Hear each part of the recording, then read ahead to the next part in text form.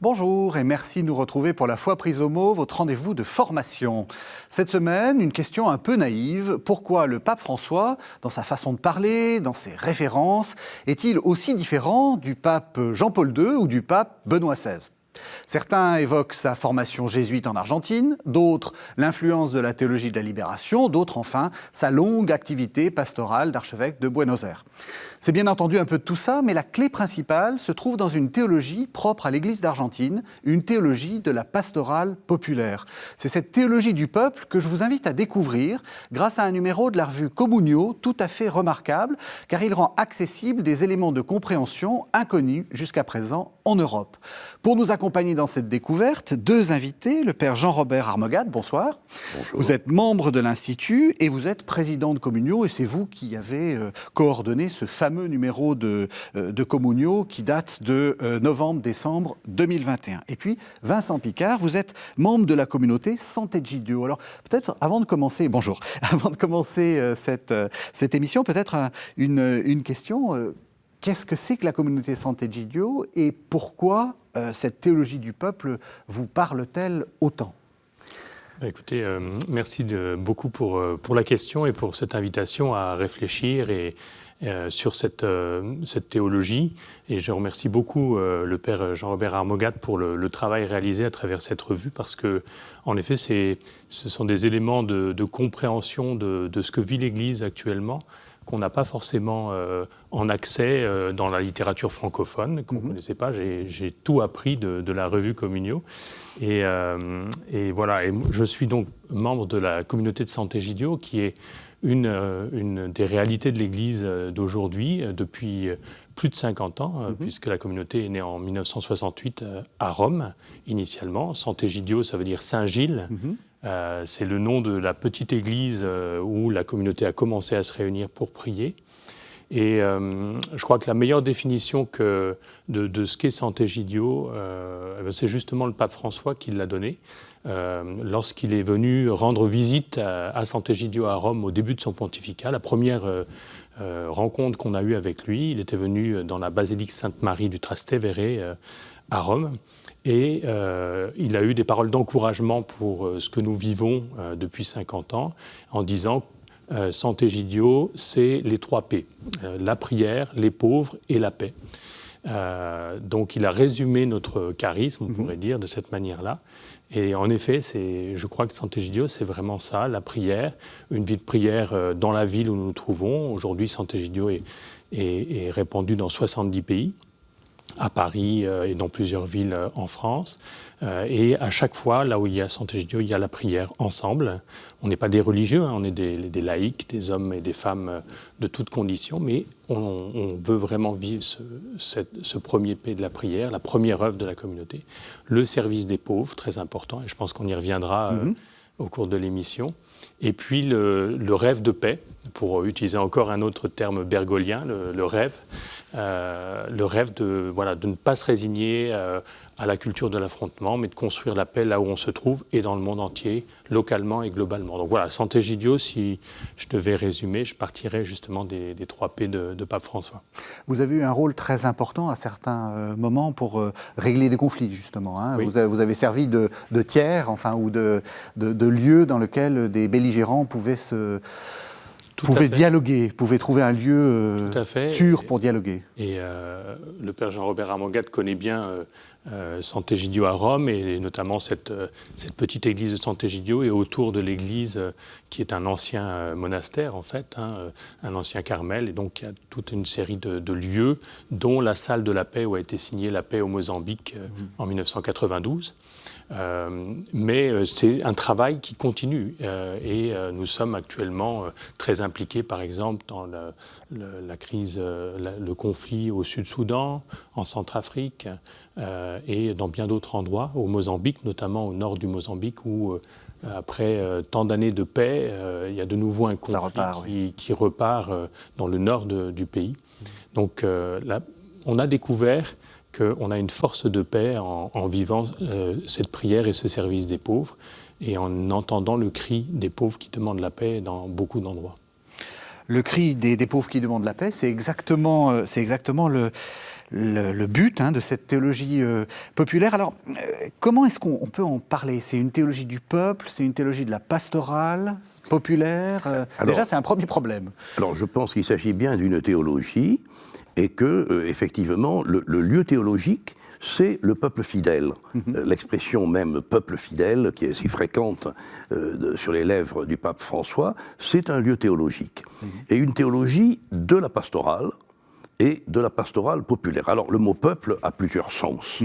Et il est clair qu'il y a au moins 3 sens. Le peuple au sens de la communauté politique, le peuple au sens des couches populaires, et le peuple au sens du peuple fidèle, donc, qui sont 3 réalités, une réalité de type politique, une réalité sociologique et une réalité religieuse. Et je crois que tous les débats autour de la théologie de la pastorale populaire tournent autour de l'importance qu'on va donner à tel ou tel de ces sens du mot peuple. Alors, on va insister sur l'aspect sociologique, et donc le risque est d'avoir une définition de lutte des classes, d'avoir une définition de type politique du peuple. On va insister... C'est important, pardon, je vous coupe, mais c'est important parce qu'on va revenir sur la question. Ça n'est pas une théologie de la libération, ou ça n'est pas que ça, cette théologie dont vous parlez. En insistant sur le peuple au sens sociologique, on risque bien sûr de parler de la lutte des classes et de constituer une classe du prolétariat. Le peuple au sens politique, c'est aussi le risque d'un nationalisme qui a traversé les pays d'Amérique du Sud, hélas, pendant 2 siècles de guerre entre le Paraguay et l'Argentine, etc. Et puis, le peuple au sens de la tradition biblique, Laos, le peuple, qui est le peuple de Dieu. Et je crois que plusieurs des ambiguïtés viennent de ce triple sens du mot « peuple ». C'est une théologie populaire, c'est aussi une pastorale, ou c'est une théologie pastorale? Comment vous voyez les choses? Alors, c'est en effet, pour revenir tout d'abord sur ce que c'est que ce peuple pour Pape François et dans cette théologie, je pense que, en tout cas, nous le vivons de cette manière-là. C'est le mot pauvre qui est au centre de la communauté de Santo Egidio, qu'on veut vraiment mettre toujours au centre de nos préoccupations. Et c'est pas mettre les pauvres, je crois, au centre comme une catégorie justement sociologique ou politique, les pauvres mais comme une catégorie théologique vraiment. Et je crois que c'est très bien montré dans les travaux que vous avez publiés. Pourquoi mettre les pauvres au centre et en quoi ces pauvres sont vraiment le cœur de ce peuple et pourquoi on doit se tourner vers eux?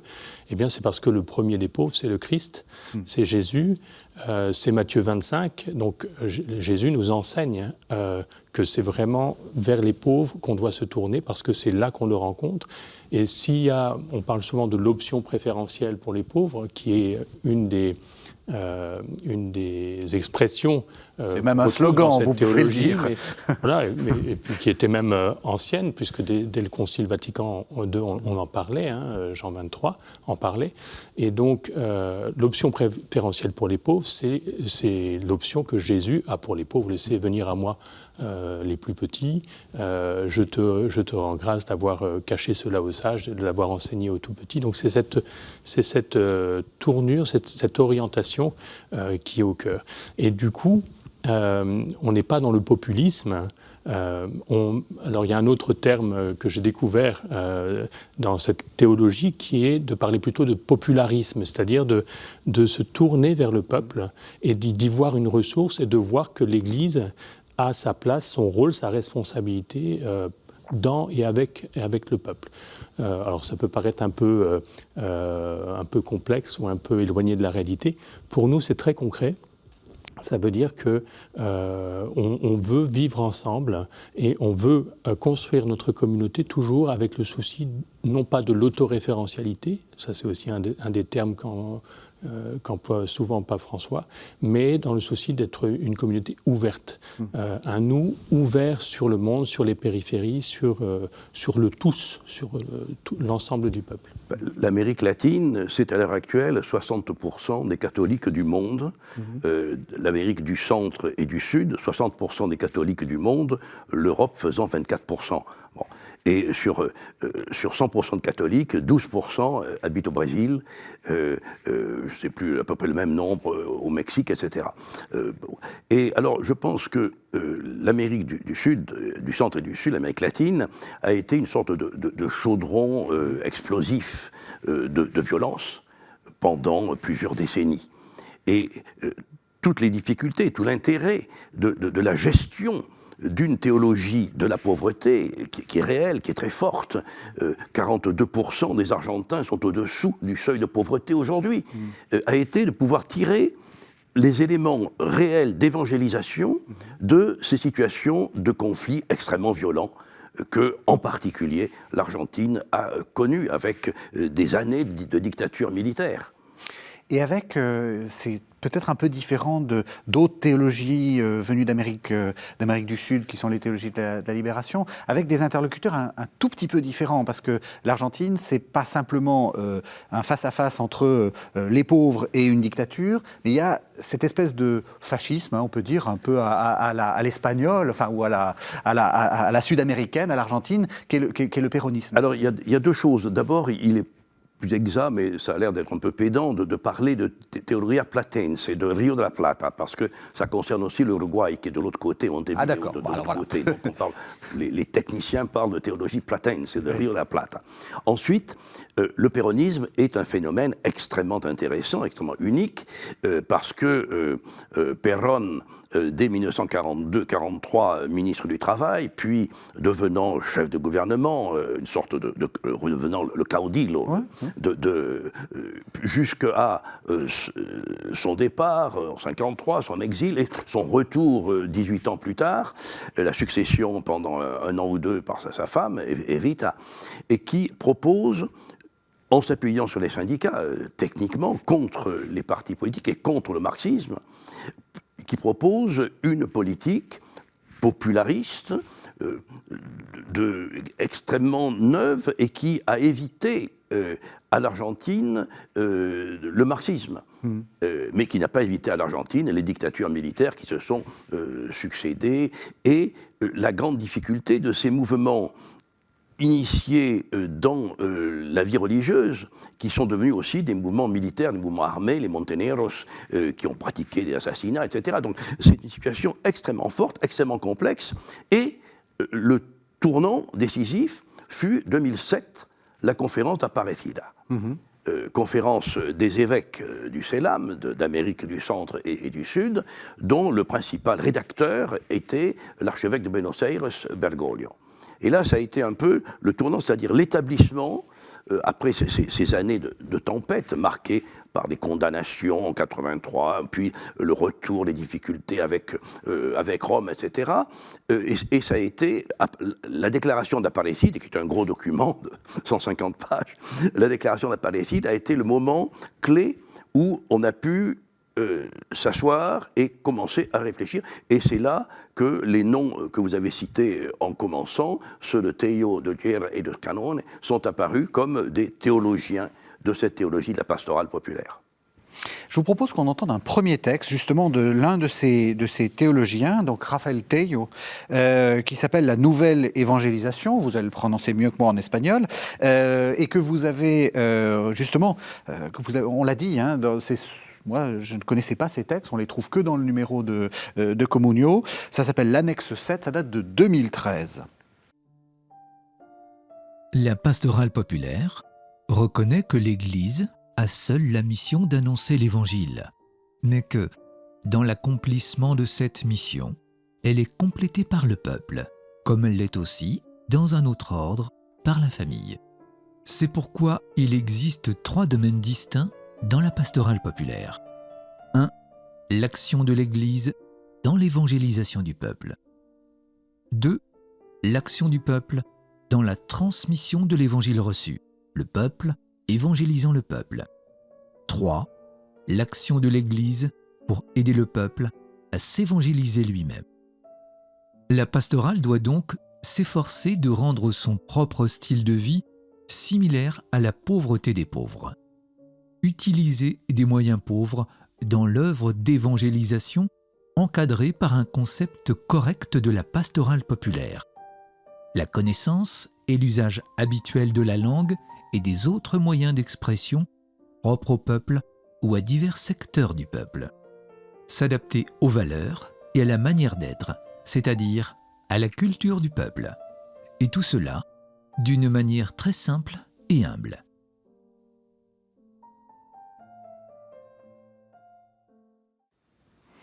Voilà, alors il faut revenir sur ce texte qui est vraiment central. Trois niveaux distincts, hein. L'action de l'Église, le peuple qui s'évangélise lui-même et la culture du peuple. Oui. Je voudrais donner, ce que j'entends me fait penser à une expérience que nous faisons à Sant'Egidio chaque année, le 25 décembre à midi, qui est le repas de Noël. Et Noël, par définition, c'est un élément de la culture populaire. Tout le monde fête Noël, même sans le savoir.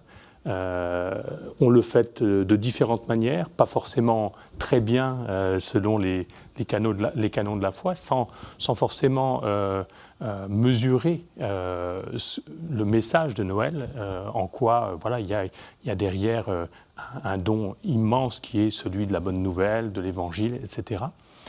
Et pourtant, il est fêté.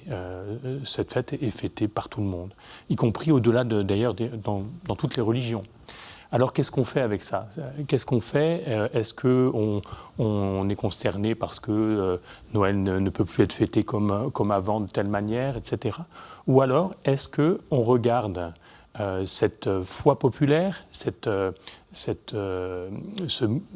joie populaire de Noël, et on essaie alors en Église de la prendre telle qu'elle est, de s'adapter, il y a le mot s'adapter qui est important, pour évangéliser et pour faire qu'il y ait tout un mouvement qui se crée à travers ça. Et alors concrètement, qu'est-ce que nous faisons? Eh bien, nous avons la tradition d'organiser un repas de Noël où nous invitons les pauvres, donc les sans-abri, les personnes réfugiées que nous aidons toute l'année dans nos différents engagements, les personnes âgées, très important, qui sont souvent isolées à Noël, seules.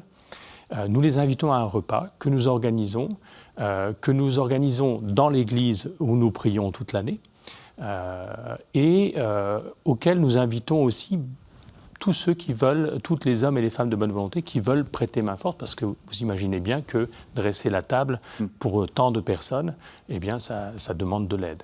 Et alors on voit toute une dynamique vraiment très belle de don de soi, dans laquelle on retrouve vraiment le sens de Noël profond, parce que le sens de Noël, c'est le sens d'une église pauvre, pour les pauvres.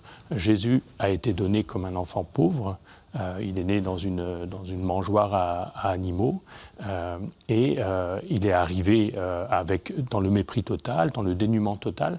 Et c'est comme ça que Dieu a choisi de se donner. Et donc, vraiment, quand on se retrouve à table dans l'église, on l'a fait cette année pour la première fois dans l'église Saint-Méry, qui a été confiée à la communauté de Sant'Egidio au centre de Paris.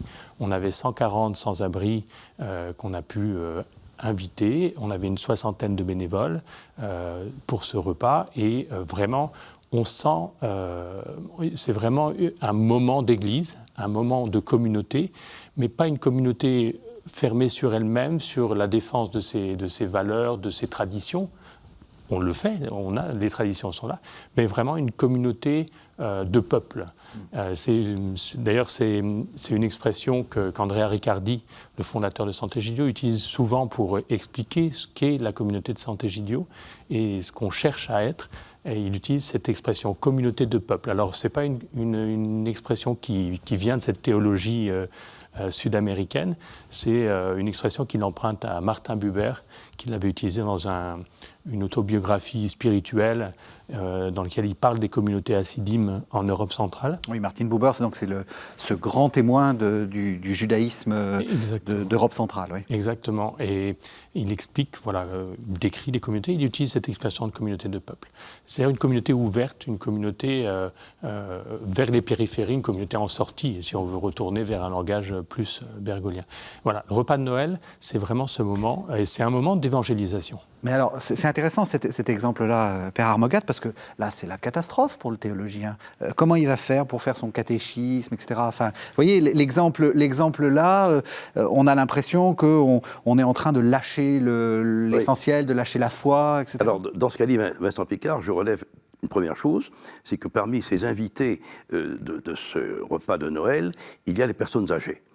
Pour dire que la pauvreté, ce n'est pas seulement la pauvreté économique, qui est une réalité aussi en Europe, hélas, mais c'est aussi cette autre réalité, très d'actualité, je crois, des personnes dépendantes et des personnes âgées qui n'intéressent plus grand monde, elles ne votent plus, leur pouvoir d'achat est limité, et donc... C'est les périphéries existentielles. Alors, le pape François parle bien des périphéries géographiques et des périphéries existentielles. Donc, il y a la lointaine banlieue, mais il y a aussi les gens périphériques. Voilà, parce que parfois on me dit, mais cette théologie, c'est une théologie sud-américaine. Je dis oui, mais la réalité de la pauvreté est aussi une réalité existentielle que nous connaissons en Europe. Et ensuite, le deuxième lieu, c'est précisément ce que Raphaël Teilho dit dans son texte, c'est-à-dire comment d'une communauté de pauvres peut jaillir la flamme de l'Évangile. Il ne s'agit pas d'une catéchèse d'en haut, c'est-à-dire on va expliquer aux gens ce qu'ils doivent croire, mais il s'agit,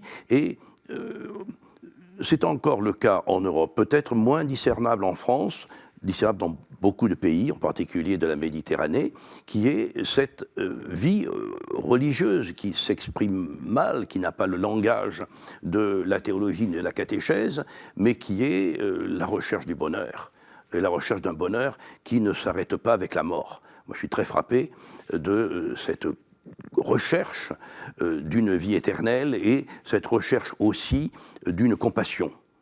Et je crois que compassion et vie éternelle sont des éléments essentiels de la théologie chrétienne. Ça suppose donc qu'il y ait derrière une sorte d'idée fondatrice que Dieu parle aussi, qu'il y a une sorte de sens du peuple, quoi. Que la foi on appelle ça le sensus fidelium, mais qu'il y a cette sorte de caractère spontanément théologique ou spontanément tourné vers Dieu du peuple. Nous avons connu en France, il y a maintenant une quarantaine d'années, cette théologie populaire qui avait été développée par le père Bonnet, un dominicain. Et je crois qu'on a un peu oublié cela, ne serait-ce que parce qu'il y a une sécularisation rapide, profonde de notre société en France. Mais encore une fois, c'est pas le cas en Espagne, ni en Italie, ni au Portugal. Bon. Et même dans la situation française, nous constatons que souvent, parmi les personnes les plus défavorisées, il y a cette notion de compassion, de partage, d'espérance. Le peuple a le sens de Dieu. Mais je pense que le peuple a le sens de Dieu, a une attente, a une aspiration. Et il y a un autre moment où on voit cela très fort, c'est lorsque nous faisons chaque mois la prière pour les malades, la prière pour la guérison des malades. Et bien là, ça concerne tout le monde. On connaît tous des malades dans notre entourage. Et ce cri du malade et ce cri de son entourage, ce cri qui se fait invocation dans notre prière, eh bien, c'est un cri profondément spirituel. C'est une demande de vie, c'est une demande de guérison. Et là aussi, qu'est-ce qu'on en fait? Est-ce qu'on laisse la guérison seulement aux médecins? Bien sûr, il faut les médecins. Mais il y a besoin d'entendre cette demande du peuple, cette existence qui est d'en faire quelque chose pour construire la communauté. Quand on fait cette prière, on chante le chant d'Ézéchias, l'hymne d'Ézéchias, qui commence par une invocation d'une personne qui demande la guérison pour elle, qui dit « moi », qui dit « je ». mais elle se termine par le nous. Et c'est tu nous as sauvés. Donc on passe du je au nous. Et c'est comme ça qu'on construit la communauté, c'est comme ça qu'on construit l'Église. En passant du je, de la religiosité individuelle, on pourrait dire, de la demande quelquefois un peu superstitieuse, qui peut exister. Il ne faut pas la mépriser, il faut partir d'elle, l'évangéliser avec la parole de Dieu, très important. Je veux dire, le premier à parler, à expliquer que le royaume de Dieu, c'est une table qu'on dresse et à laquelle on fait venir tous les boiteux et les malades, c'est Jésus lui-même. Donc cette pédagogie et cette utilisation d'images très simples, très populaires, celle d'un banquet, ça parle à tout le monde, c'est Jésus lui-même qui l'utilisait. Donc il faut retrouver cette capacité à vivre simplement les choses. Et il y a un mot qui m'a touché dans le passage que vous avez lu. Tout à la fin, il dit il faut le faire de manière humble. Oui, ça c'est, j'allais justement arriver ça. On est là dans l'humilité, c'est-à-dire évangéliser aujourd'hui, être pastoral aujourd'hui, c'est aussi faire les choses de manière très humble.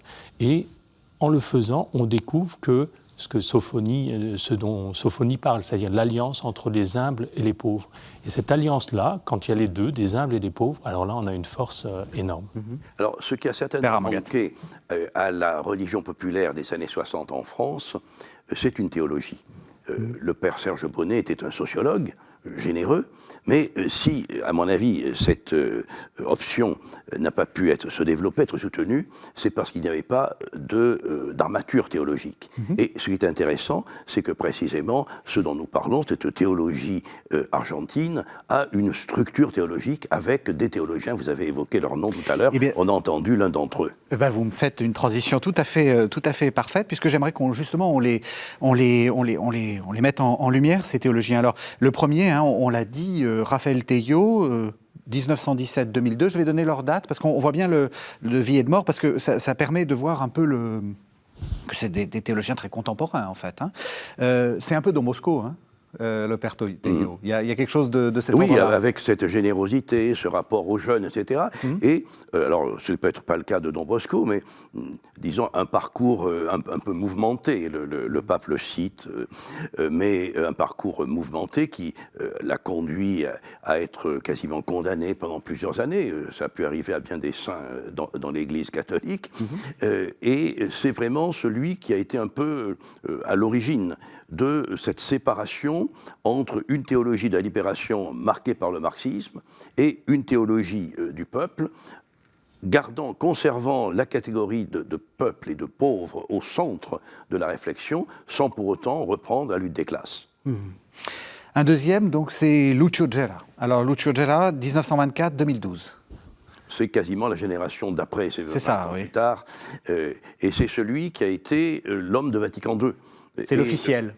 C'est le théologien officiel. Le théologien officiel du CELAM, de la Conférence des évêques d'Amérique latine, et qui a été l'application de Vatican II. Le pape Benoît XVI a bien souligné ce rapport de la continuité du concile, de l'herméneutique, comme il dit, c'est-à-dire l'explication des textes du concile. Il est évident que le concile universel ne peut pas être appliqué de la même manière en Extrême-Orient, en Amérique du Sud ou en Afrique. Et Gera est celui qui a permis d'appliquer les intuitions du Concile à ce contexte si particulier qu'est l'Amérique latine et en particulier l'Argentine. Et puis un dernier, Juan Carlos Canone, jésuite, 1931-2019, il vient de mourir. C'est l'intello ? Alors lui, c'est l'intello, professeur de philosophie, professeur du jeune Bergoglio, et qui est celui qui a essayé de mettre sur pied, de façon intéressante, cette idée d'un don, le pauvre, la pauvreté comme un don à l'Église, et comme un don reprenant des catégories de Jean-Luc Marion, comme un phénomène saturé, c'est-à-dire que quelque chose qui dépasse simplement le don, mais qui est donation. Une donation de Dieu à l'Église. Le pauvre est un don que Dieu fait à l'Église. Et c'est justement cette réflexion du pauvre qui peut nous ouvrir les yeux et nous rapprocher de cette réalité si forte et si lointaine qu'est le Christ ressuscité. Alors justement, le Père Amoguet vient de le dire, c'est une théologie. Et vous aviez commencé tout à l'heure en disant ce qui vous frappe beaucoup, tout ça d'une manière très, chez Teilhard, hein, tout ça d'une manière très simple et humble. C'est une théologie de l'humilité. Oui, de l'humilité, de l'alliance des humbles et des pauvres, et en même temps, je le disais, de la découverte d'une grande force au milieu de tout ça. Et cette force, c'est la force, je crois, d'une Église qui se découvre non pas résignée, que ce soit à la sécularisation, que ce soit à la complexité, à la mondialisation qui devient ce monde liquide dont parlait Bauman, qui est un monde d'individus isolés et dans lequel les tensions unitives finalement disparaissent, et donc que ce soit la famille, que ce soit l'Église, tout ça, les syndicats, tout devient beaucoup plus compliqué d'être ensemble. Et donc l'Église redécouvre, et il est possible de redécouvrir ensemble cette passion d'être ensemble, ce mystère Pape François en parle, je crois, dans l'Evangelii Gaudium, ce mystère de l'accolade, de s'approcher les uns des autres, de former communauté, de former une assemblée. Et donc, il y a aussi quelque chose de très beau, c'est que, alors, en découvrant cette force, on découvre qu'on peut être un sujet de nouveau, une communauté chrétienne peut être un sujet qui ne subit pas l'histoire, qui ne se résigne pas à sa petite histoire personnelle, mais qui fait l'histoire, qui vit dans l'histoire, qui voit les signes des temps, comme dit le Concile, et qui, partant de là, alors, retrouve une capacité d'organiser l'espérance. L'espérance, ce cri des malades, ce cri des peuples en guerre, attend une réponse. Et le royaume de Dieu, alors, est-ce que c'est seulement pour après, pour plus tard, ou est-ce que ça ne peut pas être aussi déjà maintenant? Est-ce qu'on n'est pas responsable de le faire advenir? Et donc là, on devient un sujet, on acquiert une nouvelle capacité, y compris de changer les choses, de changer le monde. Tout peut changer, ou le livre aussi de Pape François sur, il m'échappe maintenant, mais où il parle de changer. Changer, hein, voilà. Et un exemple vraiment très beau que nous avons vécu, nous, à Sant'Egidio, c'est on a entendu ce cri des migrants. Des migrants qui mouraient en Méditerranée en 2015. Et donc, qu'est-ce qu'on peut faire? C'est le vent de l'histoire, cette poussée migratoire, des conflits devant lesquels on est démunis. Eh bien, en se faisant charge de cette demande de ces pauvres gens qui meurent en Méditerranée, on a imaginé, on a cherché à organiser l'espérance d'un autre chemin pour trouver le salut pour eux et leurs enfants. On a créé ce qu'on a appelé les couloirs humanitaires et qui permettent depuis de faire venir des familles qui, sans notre aide, vont se trouver prises par les passeurs, vont se retrouver sur les barques et avec les risques qu'ils encourent. Et donc de les identifier, de les faire venir en France, en Europe, en Italie, en Belgique. Maintenant, c'est en train de grandir dans toute l'Europe. Ça a été un nouveau modèle qui a même été repris par la Commission européenne dans son pacte, qui dit beaucoup de choses, des choses plus ou moins hospitalières, on va dire, mais qui parle de l'ouverture de voies légales et qui mentionne les couloirs humanitaires qui ont été créés par Sant'Egidio et d'autres organisations. Donc, on peut faire quelque chose. Ce n'est pas vrai qu'on est résigné à l'histoire et à la tragédie de l'histoire. Donc on voit bien que c'est une ecclésiologie qui devient une morale aussi. Hein. Enfin, voilà. Moi, je crois que les catholiques français, vous le rappeliez au début, Régis Burnet, sont un peu étonnés par le pape François, divisés même sur le pape François. Or, je crois que c'est une grande chance que l'Esprit Saint ait donné un pape venu de l'autre bout du monde, comme il a dit le premier jour, un pape sud-américain, parce que l'avenir de l'Église, nous le voyons, se trouve dans l'hémisphère sud, ne serait-ce que par le nombre, la jeunesse et le nombre des fidèles. Et Deux choses. La première, c'est que, surpris par un pape argentin, mais je pense que les Argentins ont eu des papes italiens, polonais, allemands, qui étaient très loin de leur culture et de leurs problèmes. Alors nous avons la chance d'avoir un pape argentin qui a très peu vécu en Europe, sauf depuis qu'il est pape, et je crois que c'est essentiel, c'est une poussée de l'Esprit Saint dans notre Église pour nous obliger à changer notre regard. Alors, non pas changer nos dogmes, non pas changer notre catéchisme, ça c'est idiot de prétendre ça, mais à changer notre évangélisation et à savoir combien nous pouvons être évangélisés par ceux en qui l'espoir de l'Esprit est vivant, par ces populations, ce peuple fidèle dont parle François. C'est Communio qui dit ça. C'est-à-dire, c'est quand même la revue de Balthazar, la revue d'Henri de Lubac, on en parlera à la fin de l'émission. C'est donc une revue de gens quand même très intellectuels, pas toujours très proches du peuple. Enfin, je veux dire, c'était pas de la théologie populaire, hein, c'est le moins qu'on puisse dire, Oui. dans tous les sens du terme. Donc, vous vous appelez à quelque chose, enfin, à une sorte de changement de la manière de faire de la théologie? Le choix que le comité de rédaction a fait, Oui. au début peut-être un peu surpris, de parler de cette théologie que peu de gens connaissaient, sauf par les interventions du pape François. Alors, le pape François en parle tout le temps, finalement, Oui. les communautés populaires, etc. Mais comme en Europe, pour des raisons que je peux expliquer, on n'a pas connu cette théologie, on n'a connu que la version marxiste de la théologie de la libération. On va y venir juste après, oui.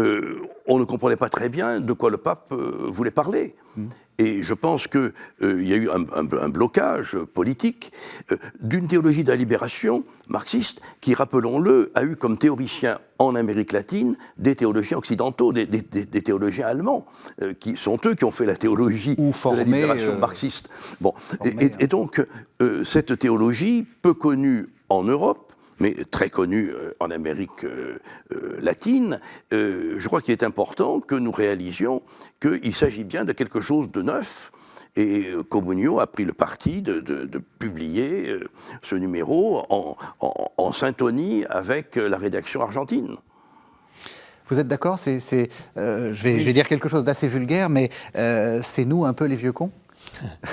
Je pense que la nouveauté aussi que pape François apporte, c'est pour la première fois un pape qui a été archevêque d'une grande mégapole, parce que Buenos Aires, c'est gigantesque.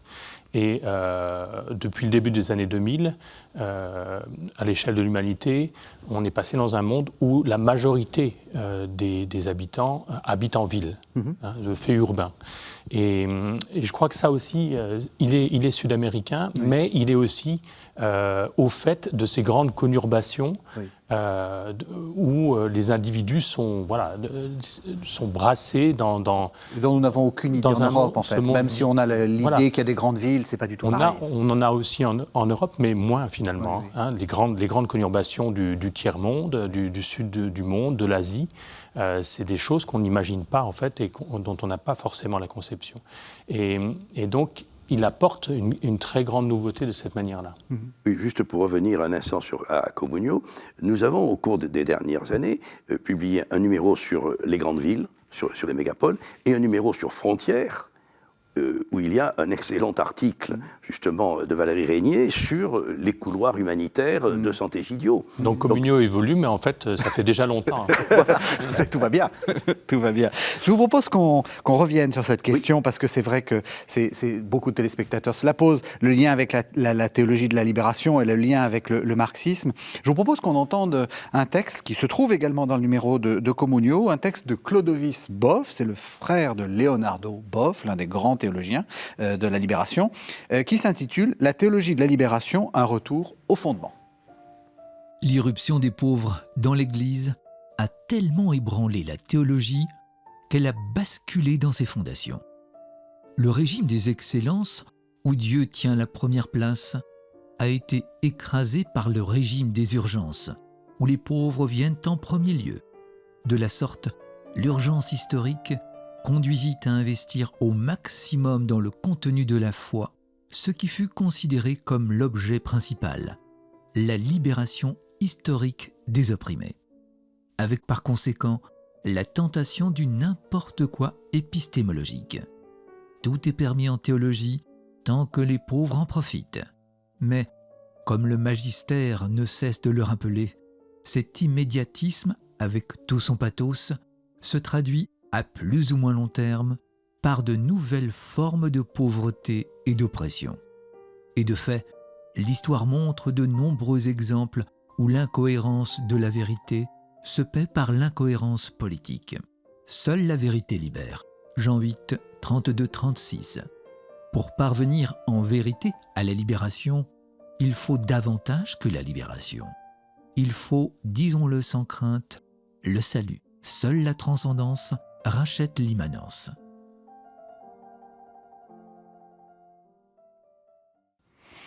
C'est ferme.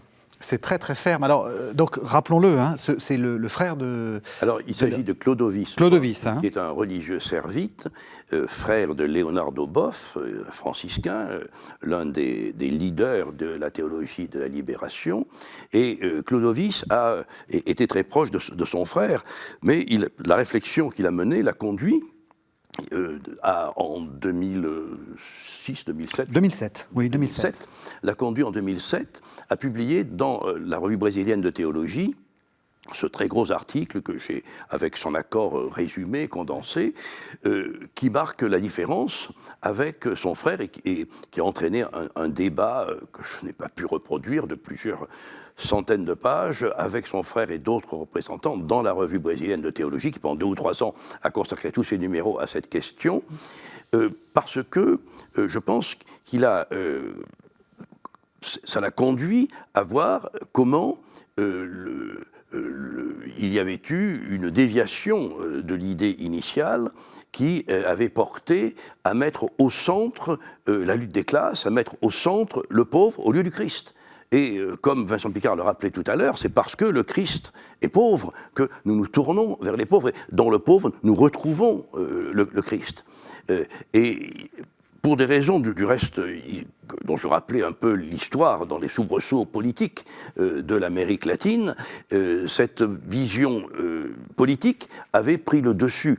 Et c'est ce qui a valu du reste l'aller-retour en 83-86, premier temps une condamnation de la théologie de la libération par la Congrégation pour la doctrine de la foi, le Saint-Office, et puis 2 ans plus tard, un retour disant oui, mais il y a des choses importantes, et l'encyclique Solicitudo Rei Socialis de Jean-Paul II, qui place la libération au cœur de la sollicitude politique, Solicitudo Rei Socialis. Donc je pense que l'Église catholique, enfin le magistère, là-dessus a, je dirais pas erré, mais a eu des hésitations liées à ce que je rappelais de la difficulté que représente la vie de l'Église en Amérique du Sud entre 1960 et 2010. Il y a à la fois 40% des catholiques du monde et des tensions internes extrêmement fortes, des tensions politiques dont nous n'avons pas l'idée en Europe, des bandes armées qui tuent les gens, et puis cette belle figure de Monseigneur Romero. Justement, ce que dit Clodovis Boff, est-ce que c'est quelque chose qui a pu arriver à Sant'Egidio ou qui peut être aussi une sorte de tentation diabolique, qui est l'urgence historique. Il faut régler la situation, il faut régler la situation des pauvres, il faut les sauver. Parce que finalement, ce qu'il dit est assez beau, c'est-à-dire il dit tout ça partait de bonnes intentions, mais voilà, on est focalisé sur l'urgence. J'appellerais ça la tentation de devenir une ONG. Oui. C'est peut-être pas diabolique. Qui a été quand même aussi soulevée par le pape François à plusieurs occasions. L'Église n'est pas une ONG et Andrea Riccardi nous le rappelle souvent, Sant'Egidio n'est pas une ONG et elle ne l'est pas à partir du moment où au centre il y a la parole de Dieu, la prière.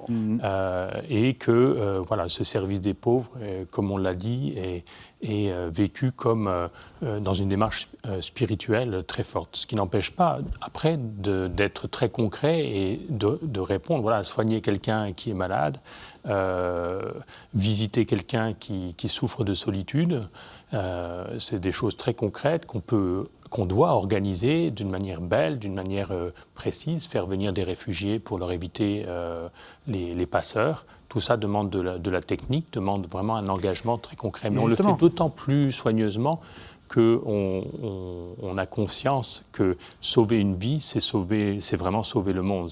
Il y a vraiment une dimension, j'allais dire eschatologique. Ouais. Enfin, vraiment, il y a vraiment l'idée de changer le monde. Justement, le fait d'accueillir des migrants, là, il va y avoir une échéance électorale en France, vous place immédiatement quelque part dans l'échiquier politique.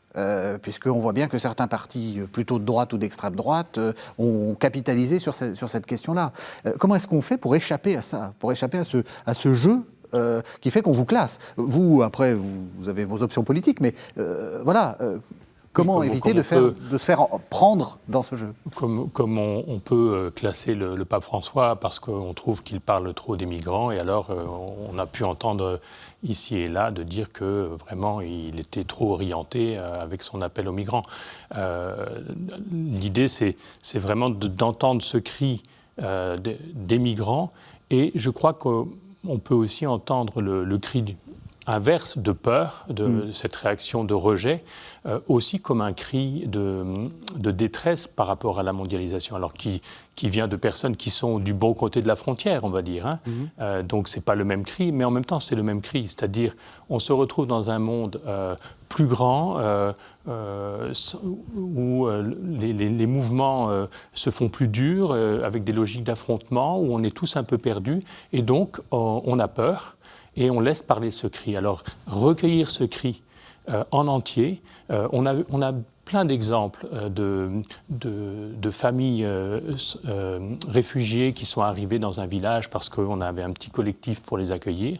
Et dans ce village, tout le monde s'est converti à l'accueil de cette famille-là, y compris une famille musulmane.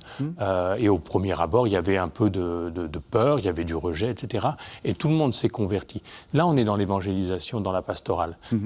Là, on est dans le dur, on est dans le vrai. Et je crois qu'il ne faut pas avoir peur, il ne faut pas que l'Église ait peur de ce que lui demande l'Évangile, c'est-à-dire d'être hospitalière, d'être accueillante, hein, ces mots-là. Ils sont dans l'Évangile. Donc en étant de ce côté-là, on n'est pas de gauche ou de droite ou progressiste ou quoi. On met en œuvre l'Évangile. Et il ne faut pas en avoir peur, il faut le vivre, il faut y aller, et on découvre alors qu'en fait c'est magnifique. La peur des migrants est une inquiétude qui est une forme de pauvreté. Je pense aux pays scandinaves, qui en un premier temps ont accueilli les migrants comme une main-d'œuvre utile. Et puis à un moment donné, les choses ont basculé, le système social, et donc les tenants de type nationaliste, disons, se sont sentis eux-mêmes en péril. Et c'est parce qu'on se sent en péril qu'on refuse l'autre. Je crois que le phénomène du refus de l'autre est déjà un phénomène de pauvreté. C'est parce qu'on a peur. On a peur ces gens-là vont envahir nos hôpitaux, ces gens-là vont casser notre système social. Et pourquoi? Parce qu'on pense que notre système social n'est pas très solide. On pense que nos hôpitaux ne sont peut-être pas assez grands. Et donc, je crois qu'il est fascinant de voir comment il y a aussi ces réactions qui, en France, se cristallisent sur une partie de l'opinion publique, sont des réactions devant un système dont on craint qu'il ne soit pas en mesure d'être assez solide pour me supporter, pour me donner ma retraite, pour me donner les soins sociaux et médicaux auxquels j'ai droit. Et c'est parce qu'on a peur de ça. Et on a peur que ce système craque, que l'on ne veut pas ouvrir la porte et accueillir d'autres personnes. Et donc, du coup, là aussi, parce qu'on termine, l'émission se termine, cette théologie populaire, c'est pour ça que c'est une théologie. C'est-à-dire qu'il y a quelque chose à aller trouver dans le texte, dans le rapport à Dieu, et pas simplement dans les questions politiques. C'est pas simplement une pratique d'une ONG ou la pratique d'aider les pauvres parce que les bonnes œuvres. Non, il y a une réelle théologie, une réelle vision du Christ derrière, du Christ libérateur. C'est ça. Le mot libération apparaît dans tous les textes. Dès Pie XII, mais le premier à parler de libération. Qui n'était pas un théologien de la libération, on est rassuré. Voilà, d'une libération que le Christ est, finalement, qu'est-ce qui nous rend libres? C'est la vérité. Et je pense que là, nous sommes dans une opération de vérité. Vincent Picard. Et je crois que le pape François a eu le mot et l'image pour dire cette dimension populaire et cette dimension collective du salut lors de sa prière en plein milieu de la pandémie, sur la place Saint-Pierre, seul. Donc on partait de la prière de demande de guérison de chacun, il l'a réuni, et puis il est arrivé à la conclusion de sa prière en disant « On ne se sauve pas seul, personne ne se sauve seul, nous sommes tous dans la même barque. » Voilà. Et nous sommes tous dans la même barque, eh ben, ça veut dire que n'ayons pas peur, cette barque elle existe, elle est commune, on va se sauver tous ensemble, et en plus dans cette barque on a Jésus qui est là, et qui, peut-être on a l'impression qu'il dort, mais n'ayons pas peur, il est là. Donc c'est ça aussi, c'est savoir parler avec des images très simples à tout le monde. Et c'est vraiment la force et le grand don du pontificat de Pape François, je crois. Merci à tous les deux. Alors, donc, pour aller plus loin, je rappelle ce numéro de Communio, de novembre-décembre 2021. Communio qui est passé au numérique. Là, ça y est, vous êtes 2.0. Là, voilà, et nous sommes sur Cairn. Voilà. Donc, ça veut dire qu'on peut aussi... sur Cairn. Et il y a aussi un site sur un site Communio pour se procurer ce numéro. Et puis, nous sommes aussi, en particulier ce numéro, et le dernier qui vient d'être mis en ligne sur Cairn. Voilà, c'est ça. Donc, on le recommande sans réserve. Les téléspectateurs ont bien compris que c'était un numéro très important. Vous êtes aussi à l'origine, Père Armagat, de la réédition d'un entretien entre le cardinal de Lubac et le cardinal aussi, Balthazar. Non, il a été cardinal, lui ? Il a été cardinal. Il a cardinal un peu rapidement. Ils sont 3 cardinaux, Balthazar, Lubac. Et voilà, et j'allais dire qu'à l'époque, aucun des 3 n'était cardinal. Voilà, c'est les 3 points cardinaux. Entretien sur l'Église au CERF. Expliquez-nous de quoi il s'agit. Bien, il s'agit d'entretiens que Angelo Scola, le jeune Angelo Scola, en 85, avait réalisé pour une revue italienne avec le père de Lubac et le père de Balthazar, d'autre part, sur l'Église, sur le Concile. Et ces textes ont été publiés de façon déficiente, disons, bref. Et donc, il a paru d'actualité de les republier, et ils sont d'une actualité absolument extraordinaire. Et d'une sorte de vision de ce qu'est l'Église au XXIe siècle, de la part de ces 2 très grands théologiens qui étaient Henri de Lubac et Hans von Balthasar. Entretien sur l'Église, paru aux éditions du CERF. Merci beaucoup. Si on est intéressé par les activités de Sant'Egidio, qu'est-ce que l'on fait ? On peut aller sur le site de la communauté, www.santegidio.org. Il y a aussi santegidio.fr avec des actualités plus sur la communauté en France, plus proche de nous. Il est un peu tôt pour s'inscrire, pour participer au repas de Noël de l'année prochaine, oui. Mais on a tout au long de l'année beaucoup d'occasions de travailler, de se rejoindre, de participer à telle ou telle prière ou tel service des pauvres, que ce soit les couloirs humanitaires ou d'autres choses auprès des sans-abri, des personnes âgées. Donc tout ça, vous trouvez sur le site. N'hésitez pas à nous contacter. Merci beaucoup, merci à tous les deux. Merci de nous avoir suivis. Vous savez que vous pouvez retrouver cette émission sur le site internet de la chaîne www.ktotv.com et on se retrouve la semaine prochaine. Et j'ai dit kto.com, c'est ktotv.com.